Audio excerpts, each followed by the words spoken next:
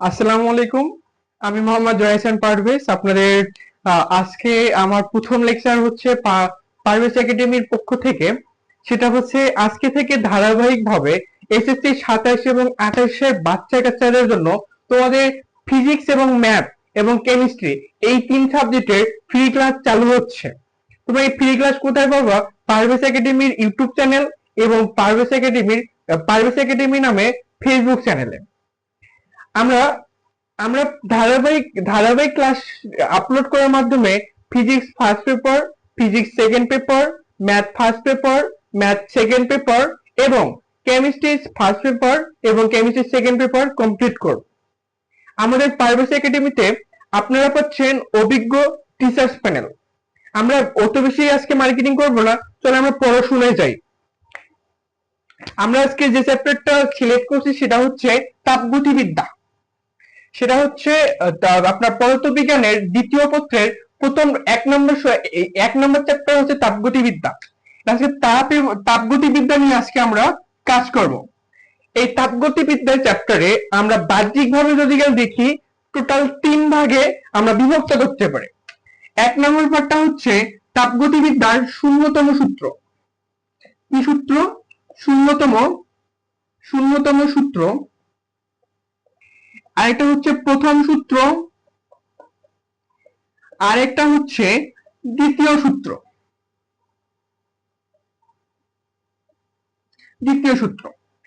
এই আমরা যদি কেউ তাপগতিবিদ্যা দেখি, আমরা মোটা দাগে দেখবো তাপগতিবিদ্যাটা মোটামুটি 3 ভাগে বিভক্ত। একটা হচ্ছে শূন্যতম সূত্র, একটা হচ্ছে প্রথম সূত্র, একটা হচ্ছে দ্বিতীয় সূত্র। এখন শূন্যতম সূত্রে কোন কোন জিনিস নিয়ে আলোচনা করা হয়েছে? শূন্যতম সূত্রে হচ্ছে তাপ এবং তাপমাত্রার মধ্যে পার্থক্য। কি করা হয়েছে এখানে? তাপ ও তাপমাত্রার সম্পর্ক নির্ণয় করছে এখানে। তাপকে এবং তাপমাত্রাকে আমরা যখন এই চ্যাপ্টারে ডিটেলস পড়বো তখন আমরা দেখব। প্রথম সূত্র কি বলছে? এটা হচ্ছে কাজ এবং তাপের মধ্যে সম্পর্ক তৈরি করছে। কি বলছে এখানে? এটা হচ্ছে কাজ ও তাপের মধ্যে সম্পর্ক তৈরি করে, সেটা হচ্ছে তাপগতিবিদ্যার প্রথম সূত্র। তাহলে তাপগতিবিদ্যার দ্বিতীয় সূত্রটা কি হবে? তাপগতিবিদ্যার দ্বিতীয় সূত্রটা হচ্ছে প্রথম সূত্রের যে মধ্যে যে ত্রুটিগুলো আছে, এই ত্রুটি থেকে তাপগতিবিদ্যার দ্বিতীয় সূত্রটা হচ্ছে এটা মডিফাই করা। মানে ঠিক এরকম জিনিস একটা, যে মনে করেন আপনি কোন একটা কাজ করতেছেন, কাজ করার মধ্যে কোন একটা ভুল পাইছেন, এই ভুল থেকে সংশোধনের জন্য যে সূত্রটা প্রয়োজন হয় সেটা হচ্ছে তাপগতিবিদ্যার দ্বিতীয় সূত্র। তবে হ্যাঁ, তাপগতিবিদ্যার দ্বিতীয় সূত্রের স্পেশালিটি হচ্ছে এখানে এনট্রপি স্থির থাকে। এখানে এনট্রপি স্থির থাকে বলতে এখানে যে তাপগতিবিদ্যার দ্বিতীয় সূত্রে একটা বিষয় বলা আছে, সেটা হচ্ছে রুদ্ধতাপীয় প্রক্রিয়া। রুদ্ধতাপীয় প্রক্রিয়া মূলত প্রথম সূত্রের একটা পার্ট, কিন্তু দ্বিতীয় সূত্রের মধ্যে এই রুদ্ধতাপীয় প্রক্রিয়ার যে এনট্রপি বিষয়টা আছে এটা ডিটেলসে পড়ছে। আমরা এক কথায় বলতে পারি দ্বিতীয় সূত্রে হচ্ছে বিভিন্ন ধরনের যন্ত্রপাতির ক্ষমতা, যেমন তাপ ইঞ্জিনের ক্ষমতা, জেট ইঞ্জিনের ক্ষমতা, কিংবা হচ্ছে কার্নো সাইকেলের ক্ষমতা, তারপর রেফ্রিজারেটরের ক্ষমতা, এই চ্যাপ্টার গুলো হচ্ছে ক্ষমতা নিয়ে কাজ করে। এক কথা বলি, ক্ষমতা ও এনট্রপি। আমি আবার চ্যাপ্টারটা একটু রিক্যাপ করি। আমরা হচ্ছে তাপগতিবিদ্যা চ্যাপ্টারটা হচ্ছে পদার্থবিজ্ঞানের দ্বিতীয় পত্রের প্রথম চ্যাপ্টারটা হচ্ছে তাপগতিবিদ্যা। আমরা তাপগতিবিদ্যা চ্যাপ্টারটায় আমরা বাহ্যিক অংশ থেকে আমরা 3 ভাগে বিভক্ত করছি। সেটা হচ্ছে শূন্যতম সূত্র, প্রথম সূত্র, দ্বিতীয় সূত্র। আমরা মূলত এই পুরো চ্যাপ্টারটা 3টা লেকচারের মাধ্যমে শেষ করব। আমরা 3টা লেকচার না 4টা বা 5টা লাগতে পারে।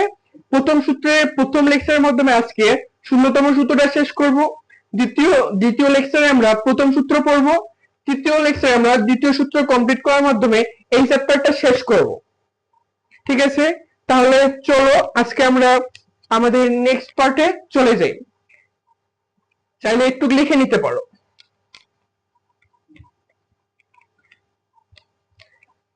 আমরা শুরু করে ফেলি। আমাদের প্রথম কাজটি তাপগতিবিদ্যার শূন্যতম সূত্র। স্টার্ট। দেখো, এখন শূন্যতম সূত্র কাকে বলে? এখন তোমরা বলতে পারো ভাইয়া শূন্যতম বলতে আমরা এমন কোনো কিছু জিনিসকে বোঝাচ্ছি যেটার কোনো কিছু নেই, যেমন আমাদের এই বোর্ডটা বর্তমানে শূন্য, এটা কি আপনি বোঝাচ্ছেন? না, শূন্যতম সূত্র এটা না। শূন্যতম সূত্র বলতেছে শূন্যতম সূত্র হচ্ছে দুটি এরকম একটা বিষয়, যে দুটি বিষয় দুটি বস্তু যদি এরকম থাকে, এই বস্তুটাকে আমরা যদি কানেক্ট করতে পারি পরিবাহী দ্বারা, এই পরিবাহী দ্বারা অবভিয়াসলি কোনো কিছু মেজারমেন্ট হবে।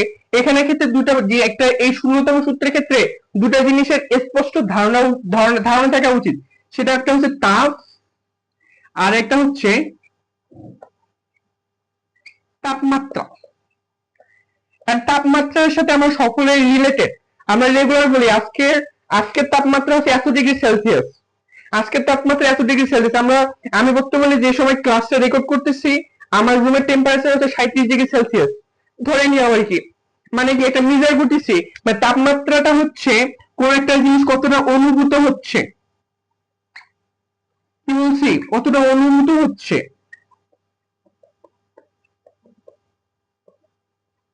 কতটা অনুভূত হচ্ছে সেই জিনিসটা।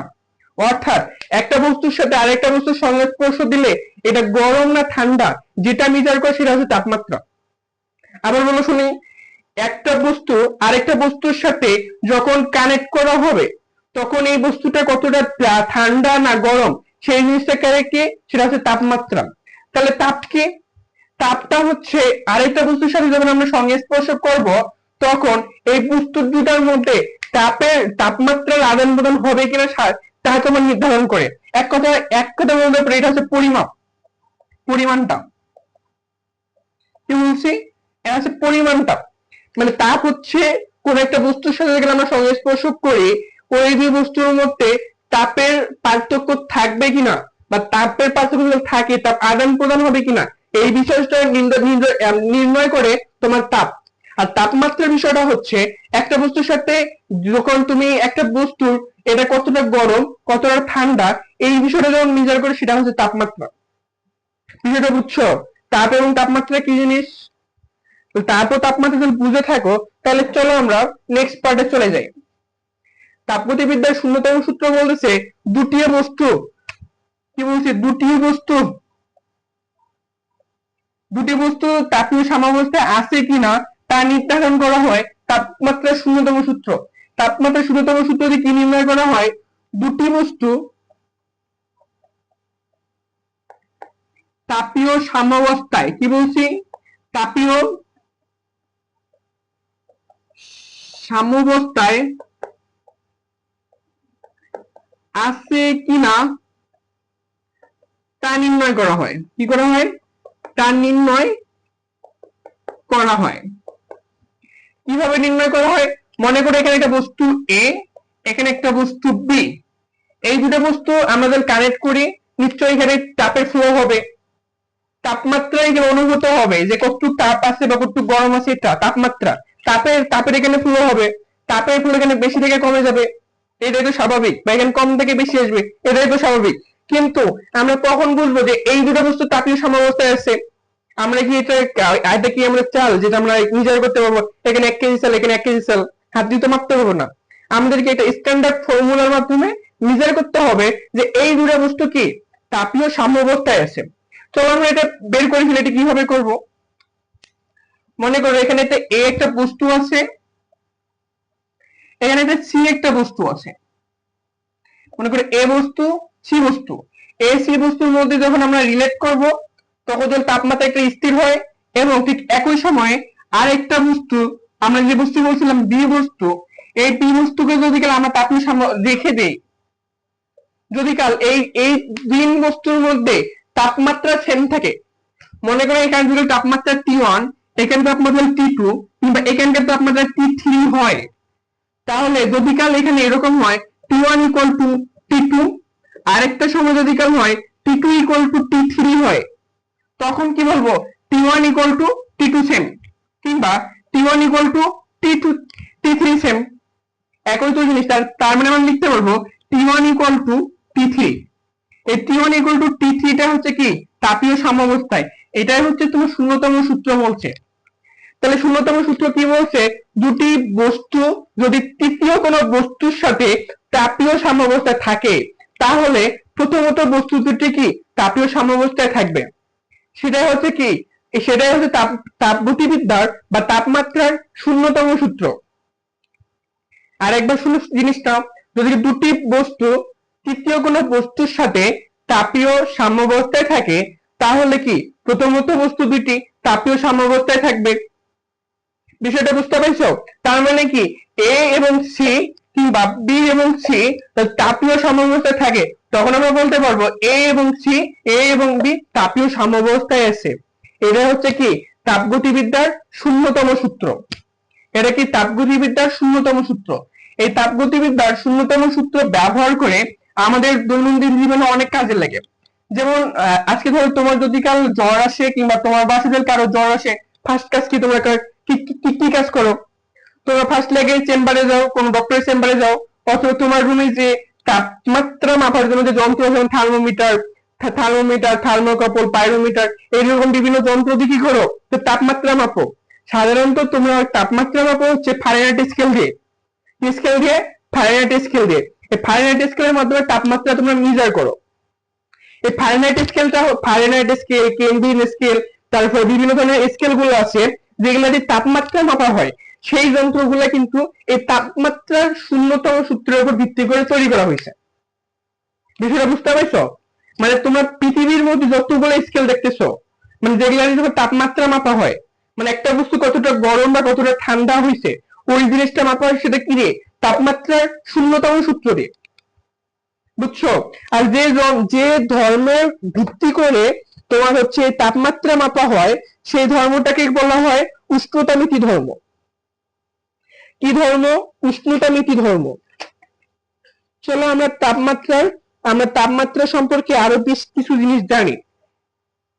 কি বলছি, এই সূত্র ব্যবহার করে কি কি কি তৈরি করা হয়েছে, বিভিন্ন স্কেল, লেখাটা সুন্দর করে একটু,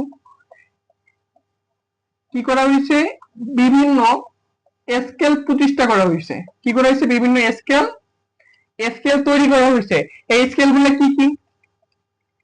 সেটা হচ্ছে ফারেনহাইট স্কেল, তারপর আছে কেলভিন স্কেল, তারপরে আছে কি সেলসিয়াস স্কেল, তারপরে আছে রেনো স্কেল, তারপরে আছে তোমার হচ্ছে পাইরোমিটার, তারপরে এখানে আছে তোমার থার্মোকাপল। এই থার্মোকাপল আবার ফির কাপল বললো না, থার্মোকাপল। এই যে এখানে স্পেশাল টাইপটা আছে পাইরোমিটার। পাইরোমিটার হচ্ছে 500 ডিগ্রি সেলসিয়াসে বেশি তাপমাত্রা মাপা হয়। এটা দিয়ে তোমার হচ্ছে সূর্যের তাপমাত্রা মাপা হয়। কিসের তাপমাত্রা? সূর্যের তাপমাত্রা। সেলসিয়াস স্কেল আমরা দৈনন্দিন ইউজ করি। কেলভিন স্কেল তোমরা যখন এই চ্যাপ্টারে ম্যাথ করবা কিংবা আমাদের কেমিস্ট্রি পড়বো, এখানেও সেলসিয়াস কেলভিন স্কেল ব্যবহার করব। ফারেনহাইট স্কেল হচ্ছে মানুষের দেহের তাপমাত্রা, মানুষের দেহের তাপমাত্রা নির্ণয়ে এটা ব্যবহার করা হয়। ফারেনহাইট স্কেলকে এফ দ্বারা, কেলভিন স্কেলকে কে দ্বারা, সেলসিয়াস স্কেলকে সি দ্বারা, রেনো স্কেলকে আর এন দ্বারা, থার্মোকাপলকে ই দ্বারা এবং পাইরোমিটারকে আমি জানি না, এটা আমার মনে নেই যে কি দ্বারা প্রকাশ করে, ডাজেন্ট ম্যাটার, আমরা একটু দেখবো। এটা এইগুলোর মধ্যে প্রকাশ করা হয়। এই স্কেল গুলোর মধ্যে দুটা জিনিস থাকে, একটা হচ্ছে নিম্ন স্থির বিন্দু, একটা হচ্ছে ঊর্ধ্ব স্কেল বিন্দু। কি বলছি, এর প্রত্যেকটা স্কেলের দুটা পার্ট থাকে। এই স্কেল গুলার দুটা পার্ট থাকে। কয়টা পার্ট থাকে? দুটা পার্ট। একটা হচ্ছে ঊর্ধ্ব বিন্দু, ঊর্ধ্ব স্থির বিন্দু, আর এটা হচ্ছে নিম্ন স্থির বিন্দু। আরেকটা পার্ট হচ্ছে নিম্ন স্থির বিন্দু। স্থির বিন্দুটা স্থিরটা বাদ দিয়ে আমি বিন্দু দিয়ে বললাম নিম্ন বিন্দু। কি বলছি, প্রত্যেকটা স্কেলের দুইটা পার্ট থাকে, একটা ঊর্ধ্ব স্কেল বিন্দু, একটা হচ্ছে নিম্ন স্থির বিন্দু। ঊর্ধ্ব স্কেল বিন্দু বললে কোনটা? যেটা হচ্ছে যে তাপমাত্রায় কোন এই যে তোমার যে তোমার উষ্ণতামিতি পদার্থ ব্যবহার করা হচ্ছে এই সম্পূর্ণ গ্যাসীয় অবস্থায় থাকবে, সেটা হচ্ছে ঊর্ধ্ব স্থির বিন্দু।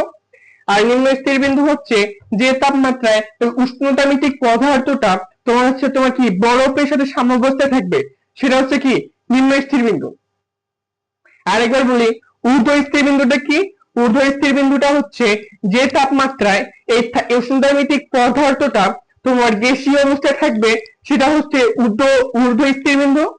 আর নিম্ন স্থির বিন্দুটা হচ্ছে যে তাপমাত্রায় এই উষ্ণতামিতিক পদার্থটা তোমার বরফের সাথে সাম্যাবস্থায় থাকবে, সেটা হচ্ছে নিম্ন স্থির বিন্দু। বুঝতে পারছো? চলো আমরা প্রত্যেকটারে ঊর্ধ্ব স্থির বিন্দু এবং নিম্ন স্থির বিন্দু আমরা দেখে নিই।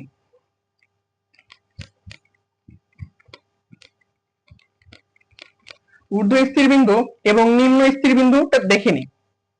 আর ফার্স্টলি দেখি ফারেনহাইটের ক্ষেত্রে আর প্রত্যেকটা দেখি আমরা কি নিম্ন দিই।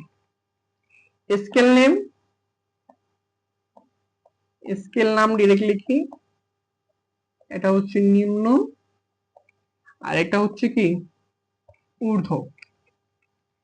স্কেল নাম কি আমি সংক্ষিপ্ত নামটা দিলাম ফারেনহাইট, সেলসিয়াস, কেলভিন, তারপরে হচ্ছে রেনো, এই চারটা লিখলে হওয়া যায়।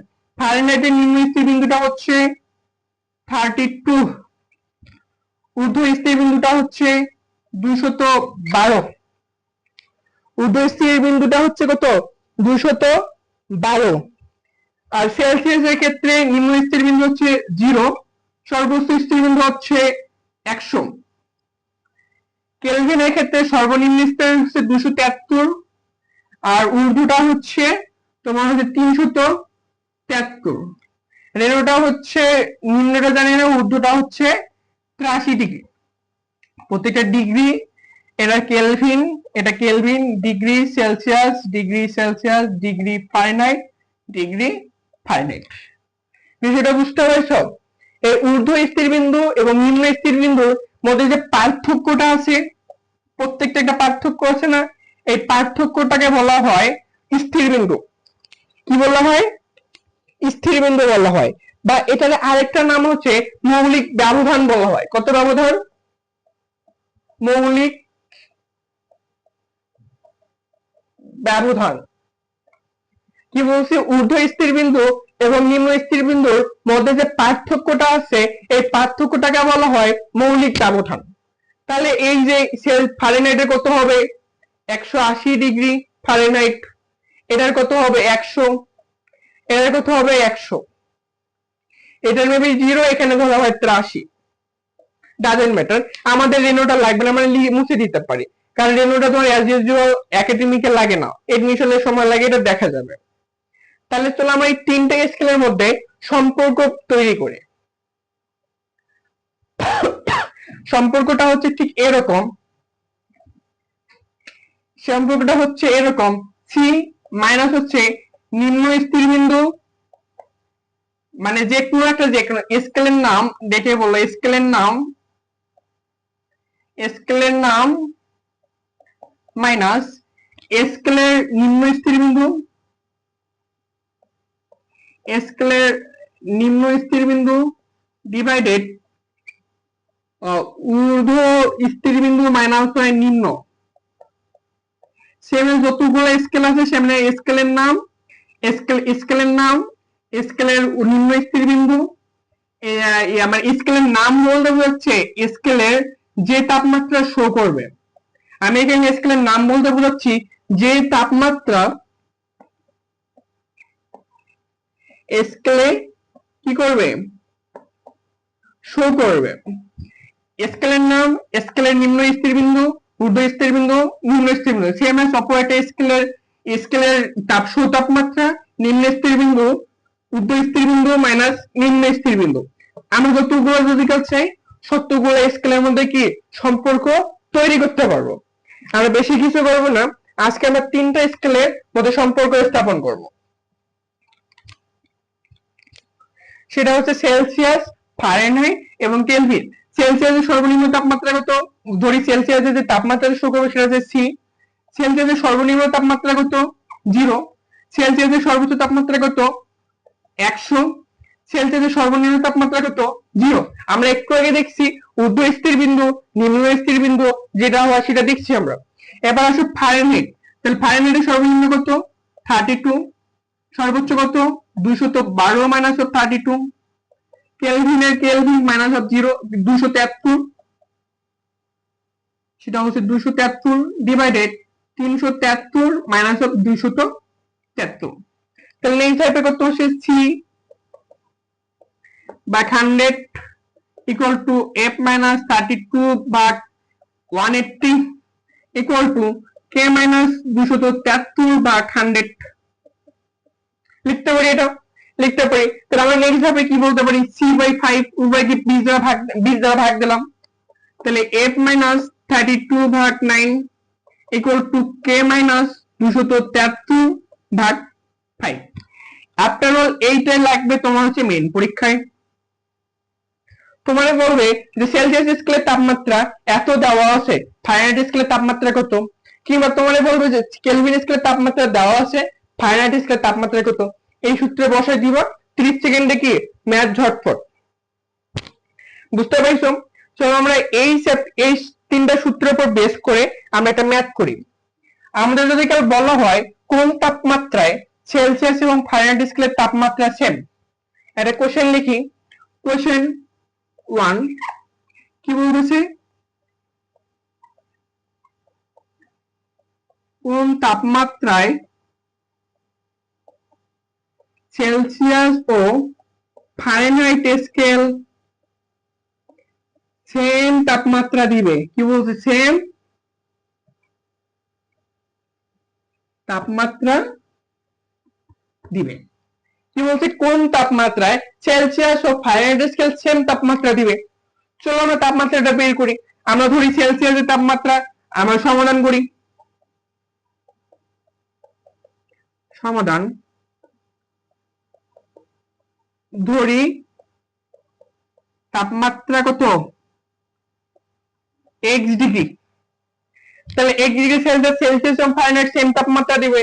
তাহলে x divided 5 equal to x minus 32 ভাগ 9 বলতে পারি।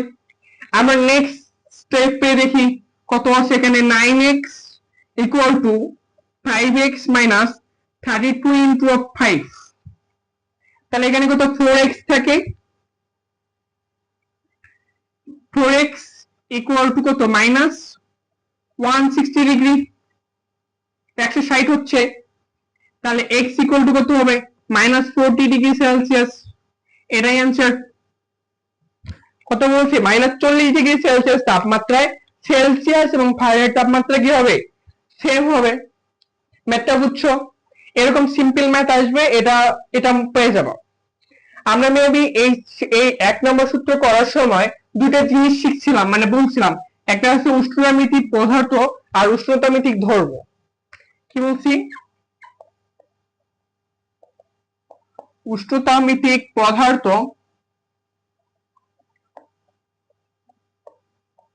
আর হচ্ছে উষ্ণতামিতিক ধর্ম। এই দুটো জিনিস আমাদের খুব ইম্পর্টেন্ট। উষ্ণতামিতিক ধর্ম কি জিনিস? সেটা হচ্ছে উষ্ণতামিতিক ধর্মটা হচ্ছে যে ধর্ম কাজে লাগে কোন একটা বস্তুর তাপমাত্রা নির্ণয় করা হয়। মনে করো তোমার কাছে একটা 10 মনে করো তোমার কাছে এখানে একটা তোর বিকার আছে। এই বিকারটা মনে করো 1 কেজি পর্যন্ত পানি ধরতে পারে।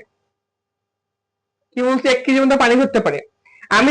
আমি একবার যদি মেজার করে ফেলি এইটা 1 কেজি পানি ধরতে পারে, করার পর আমি পানিগুলো ফেলে দেই। আমি যদি আবার পুনরায় এখানে এই পর্যন্ত পানি নেই, তার মানে 1 কেজি হবে। আমি আবার ফেলাই দিলাম। আমি কি যতক্ষণ পর্যন্ত আমি মনে রাখতে পারবো যে এই জায়গা পর্যন্ত এইটা হচ্ছে, এইটা হলে এইটুক হচ্ছে, আমি যতক্ষণ পর্যন্ত মনে রাখতে পারবো সেটাই হচ্ছে কি, আমরা যতক্ষণ পর্যন্ত নির্ভুলভাবে এটা নির্ণয় করতে পারবো। সেম অ্যাজ তাপমাত্রা নির্ণয় করার জন্য বেশ কিছু ধর্ম ব্যবহার করা হয়। এই তাপমাত্রা নির্ণয়ের জন্য যে ধর্মটাকে ব্যবহার করা হয় সেই ধর্মটা হচ্ছে কি? উষ্ণতামিতিক ধর্ম। কি ধর্ম বলা হয়? উষ্ণতামিতিক ধর্ম। এবং যে পদার্থের মধ্যে উষ্ণতামিতিক ধর্মটা বিদ্যমান থাকে এই ধর্ম বিশিষ্ট পদার্থটা হচ্ছে উষ্ণতামিতিক পদার্থ। বিষয়টা বুঝছো? উষ্ণতামিতিক ধর্ম কি আর উষ্ণতামিতিক পদার্থ কি? উষ্ণতামিতিক ধর্মটা হচ্ছে এটা যে ধর্ম